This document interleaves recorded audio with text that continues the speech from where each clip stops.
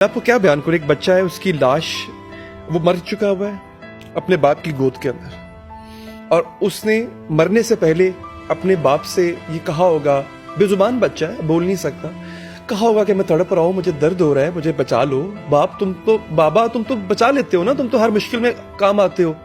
تو اس نے اپنے باپ کی قمیض کو یہاں سے پکڑا ہوا ہے اور وہیں پہ اس کی جان نکل جاتی ہے، اور مردہ ہو کے بھی اس کا ہاتھ اپنے باپ کی قمیض پہ، جیسے وہ بلا رہا ہو اپنے باپ کو کہ مجھے پتا ہے ہمارے بچے جب کسی مشکل میں پھنسے ہیں تو ہمیں یقین ہوتا ہے کہ ہم ان کو نکال لیں گے اس مشکل سے۔ ہم سب کے بال بچوں کو کبھی کھیلتے کودتے چوٹ تو لگی ہوگی نا، کیسے لپک کے جاتے ہیں، جیسے ہمیں پتہ چلتا ہے ہمارے بچے کو چوٹ لگی۔ آپ امیجن کریں ایک لمحے کے لیے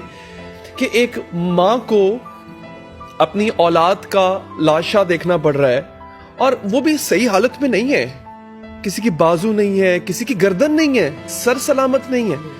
ہم نے یہ بھی دیکھا کہ غزہ کی ماؤں نے اپنے بچوں کے ہاتھوں اور پیروں کے اوپر نام لکھنے شروع کر دیے، نام کندہ کرنے شروع کر دیے، تاکہ کل کو جب ان کی لاش آئے گی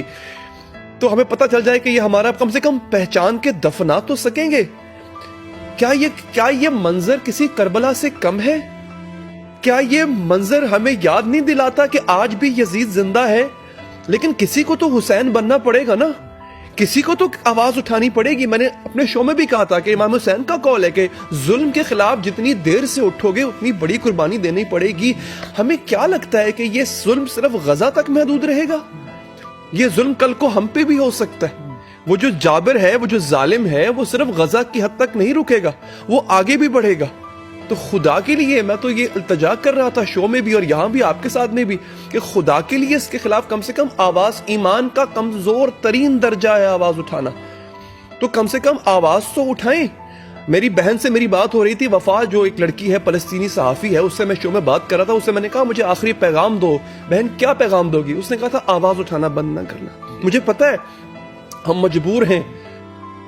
ہم مسلمان ممالک جو ہیں، خاص طور پہ پاکستان جیسے ممالک جو قرضے میں ڈوبے ہوئے ہیں، جہاں کی معیشت کی حالت خراب ہے، ہم لوگ کسی سے مانگ کے لے کے کھاتے ہیں، ہم اپنے ہتھیار نہیں استعمال کر سکتے ظالم کے خلاف، لیکن ایک کام ہم کر سکتے ہیں اور وہ ہے آواز اٹھاتے رہنا، اس ظلم کو، اس ظلم کے خلاف آواز اٹھاتے رہنا، یہ کام کر سکتے ہیں۔ اور یہ اگین میں کہہ رہا ہوں، یہ ایمان کا سب سے کمزور ترین درجہ ہے، لیکن کم سے کم یہ کام ہم کر سکتے ہیں۔